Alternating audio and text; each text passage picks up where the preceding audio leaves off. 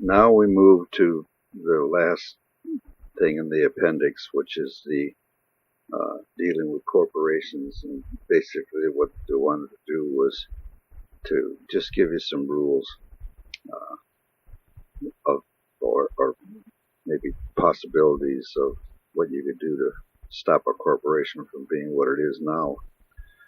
So the number one thing was no advertising, changing the advertising to information only, and no emotional pitches. Just tell me why you're different than any other product, or tell me what your product. And basically, we're talking about products, which includes breakfast cereals and cars, big and small. Uh, Corporations cannot in any way influence politics. The same price for a the same price for a product, no matter how many are bought. The discount for sending a semi-load to Walmart versus 3 boxes to the little grocery store is killing the little grocery store. The little guy pays the same price for any product as Walmart would be the new rule. You have a price and you charge that price. Now, what it costs you to get it to a place also has to be reasonable. In other words, you're not going to cut the little guy out so it makes it easier for you. That would change a lot of things in this country. Must give surplus money to the government to hold or give back if needed for investment in structure and distribution, not held and accumulated for no reason.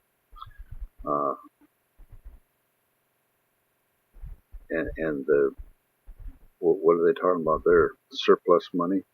If you're charging too much and you end up having billions and maybe trillions of dollars in the bank, so to speak, you cannot do that. And the rule of thumb they're talking about is for 1 year's cost savings. 1 year's savings, 1 year's, they look at it, and basically the government's looking at a corporation and saying, you have to give us X amount of dollars because you got too much in savings. But then in the accountant sheet, if all of a sudden there's an investment needed for a structure or distribution or some crisis of some kind, it has to be given back by the government. Basically, the rule of thumb there is that people investing in corporations are going to get their 12% if they've got enough money, and they cannot put it into savings and pretend like they don't have it. And then when they get to the point where they've made too much money, the government takes it.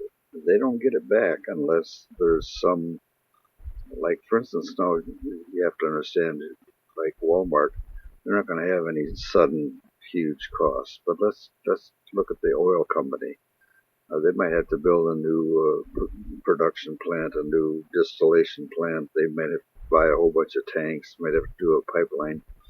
So they have a different situation than some of the other corporations. And so the government is sitting there saying, you've got too much money in the bank. And they say, no, we need that for blah, blah, blah. And the government says, give us the money until you need it, and then we'll give it back to you to make darn sure that you're not using it for bribes. If you want to talk about it, we're looking at bribes. No major reserve of money is to be used illegally. So these corporations are being watched. The stock purchasers, number 7, have absolutely no say in any part of the business. Now that's totally different, but we've talked about that before. Number 8, government regulations on return to stockholders. They must be given 12% interest if you can, but you can give no more than 12%. What does that mean? That means there'll be no 50%. It's a gambling casino thing. If you want to go to the gambling thing, go to the places where you have to qualify to go in, and that means that you have the money, and go ahead and gamble. We're not stopping the gambling. We're just saying get it out of the stock market. So you have to pay 12% interest when you got to the point where you can, and you can't hold back. The obvious thing here is very carefully the corporations are being watched. uh, for our benefit, not for their benefit. We're trying to make sure that the common person does okay. But, not a problem of a balanced playing field is what they always say. Balanced playing field. That's what they're looking for. Number 9, no buyouts. No buyouts of a company to break the business down and just get the money. Short-term profit. None of that can be done because all these people are out of a job that they liked, and somebody comes along that has the money because the government hasn't taken away from them yet, and they go to buy out a business, and the first thing they do is tear it down, sell out all the trucks and all the buildings and all the stuff, and they end up making a profit on the purchase that they made. No, that's illegal. Number 10, must not use the money for anything, any money for anything but business involved or coming business. One of the things that we watch is the electrical companies, which are supposed to be public utilities, but anyway, they have the problem of suddenly having to put a whole bunch of new lines in, or cut out trees down, or they end up using a tremendous amount of money for just business, but it's kind of a sudden thing that you wouldn't expect for 10 years. So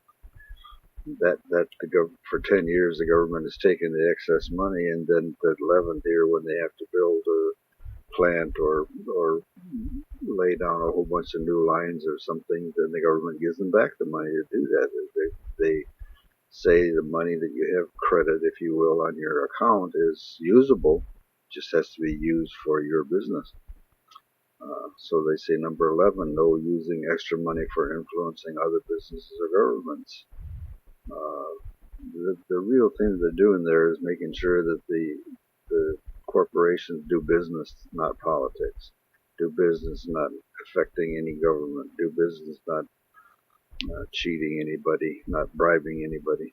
So, number 12, the understanding is that a big corporation can charge more for a product and take the extra money, which is your money, and use it against you and what you want. That will become illegal. The overcharging, period. Overcharging will become illegal. If they think they can do it and get see they're not allowed to do advertising anymore, so they can't charge more for the product and then spend it on advertising. They can't spend it on affecting politics in any way. They can't. What are they going to spend it on? They're going to spend it on their job, their business. That's all. That's the whole understanding. Everything else will become illegal. It's the same for our government. Our government cannot use any money to force or recommend anything that is against what the people want. You can inform, but you cannot advertise. Government's being treated just like a corporation. No corporate lobbyists of any kind. Number 14. Number 50, no lobbyists nor any kind of special interest group or persons. The congressman will take each person one at a time in the same order as they show up, and no one's given preferential position. So, again, the lobbyists for the government and the people that would try to get the corporation to do anything that it wasn't good for the common people, it's looked at. The 16, the paperwork allows us to find the decision makers for the corporation. That person can be charged and brought to a criminal trial. No freedom for prosecution anymore because they're a corporation. No law that says, well, you're part of a corporation, so it's not your fault. No, we can find out who it is, so we can take them to jail or into the legal system, and that's the way it should be. Corporations can be brought to trial, and a person can and will be compensated for damage done to him or her if it's intentional.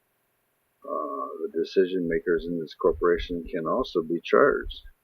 18, the question will always be what was known and when was it known for a trial. Now, one of the things that 19, they're going to go to it. Reasonable awards that cover the cost of damages, but not some blame thing. Reasonable awards to cover the cost of damages, but not a blame thing. In other words, can't charge them $2 million just to make them pay, get up and take notice and not do it anymore.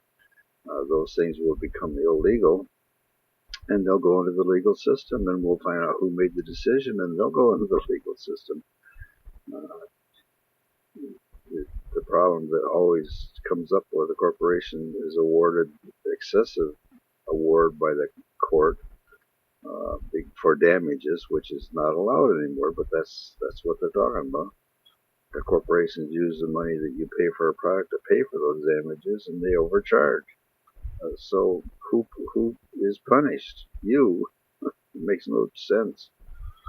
Number 20, the legal system will bring corporations into the legal system if what they are doing is against the law. It will be the decision makers that are charged. That's what we said over and over. Number 21, the environment must be taken into account first before anything else in a corporate decision. Now, that's an interesting thing. 22, everything in a product is listed on the product, and words the puppets can understand. Can you understand what I'm saying? You realize that when the city water system supplies you with a water product for your house, that they'll have to list what's in that water? That's what they're saying. Everything in the product is listed on the product or on the information you get for the product, and you will know what it is that you're dealing with, which eliminates a horrendous amount of chemicals and stuff that you don't know anything about and you wouldn't have taken or allowed if you'd known. See, they're really coming down on corporations. The information cycle demands that everything be listed in that bowl of cereal or in that package of cereal. What's in there? Show me the things that you don't list that are in there. The weight of the product and the volume of the product is in standard units, either grams or ounces or both, in containers of the comparable size. In other words, they don't make the box half full and hope that you don't know because they have to list the weight and volume on the box and in the grams or ounces or both, and it would be both, so that you can compare with whatever way you're comparing it. They have both, and not some weird,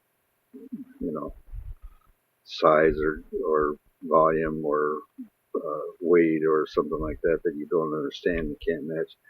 They're set up so that they match, so that you can see one product versus the other. Number 24, no bundling of products. Customer can choose what he or she wants to buy singly or in a group of products if they want to do it that way, but it's kind of like illegal bundling it. Choose what you want. If you want 10 of them, buy 10 of them. If you want 2 of them, buy 2 of them. Don't say this bundle of 10 is $20 cheaper, so you need to buy it. No, it's a system that they use to con you, because you can't sit down and figure out, okay, if there's 11 toilet paper rolls in that thing, how does that compare to 1? See what we're saying?